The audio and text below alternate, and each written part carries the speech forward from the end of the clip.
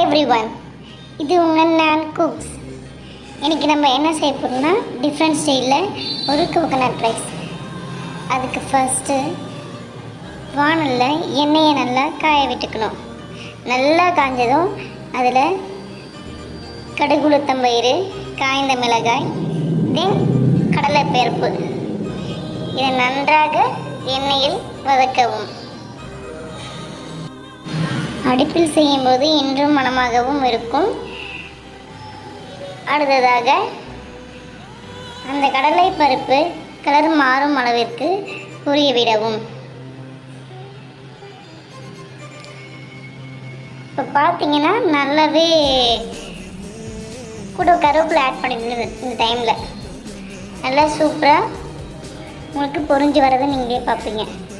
ஏன் நம்ம இதை அடுப்பில் செய்கிறோன்னா இதோடைய டேஸ்ட்டே தனி சுவையாக இருக்கும்.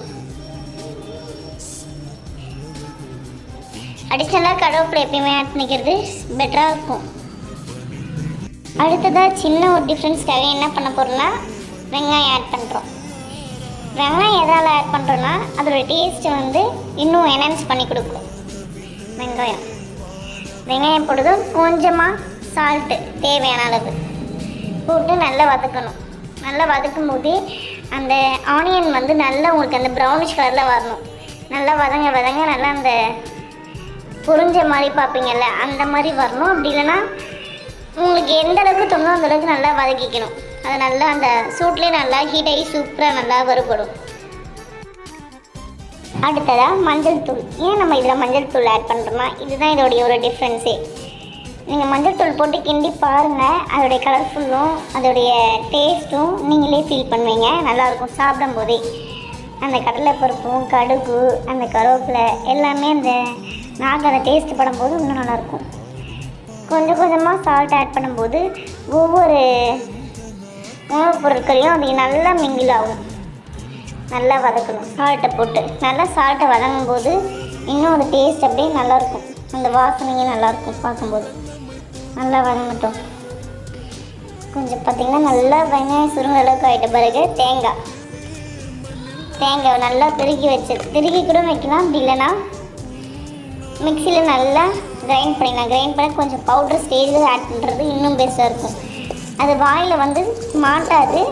தென் நல்லா அது ஒரு பவுட்ரு மாதிரி இருக்கிறதுனால அந்த டேஸ்ட்டு இன்னும் அதில் ஊறி நல்லாயிருக்கும். பார்த்தீங்களா, தனித்தனியாக ஏன் சால்ட் ஆட் பண்ணுறோன்னு நீங்கள் நினைக்கலாம். சால்ட் ஆட் பண்ணும்போது அது அதுக்குன்னு ஒரு தனி டேஸ்ட்டு கொடுக்கும். இந்தமாதிரி செப்பரேட்டாக ஒரு பொருளும் வதங்கும் போது நீங்கள் ஆட் பண்ணி பாருங்கள், அதோடைய டேஸ்ட்டே நல்லாயிருக்கும். நல்லா வதங்கிட்டு நல்லா பரட்டி விடுங்க. அந்த ஹீட்லேயே அது நல்லா வதங்கும்.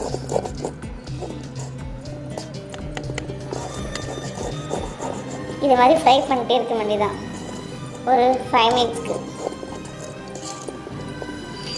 எப்பயுமே சப்போஸ் நீங்கள் கேஸை செஞ்சாலும் அதில் மீடியம் ஃப்ளேமில் தான் வச்சு செய்யணுன்னா ரொம்ப லைட் ஃப்ளேமில் வச்சுட்டு குக் பண்ண ரைஸோட மிங்கிள் பண்ணி நல்லா கிளறணும். கறி எப்பயுமே கிளறின உடனே நம்ம சாப்பிடக்கூடாது. ஒரு 2 மினிட்ஸ் வெயிட் பண்ணி விட்டுட்டு அதுக்கப்புறம் அது டேஸ்ட் அப்படியே அள்ளி பூ மாதிரி வாயில் போட்டிங்கன்னா அதோட டேஸ்ட்டு சும்மா அட்டகாசமாக இருக்கும். சாப்பிட்டு எப்படி இருக்குன்னு சொல்லுங்கள். அடுத்ததாக என்ன அப்லோட் பண்ணணும் நான் குக்ஸ்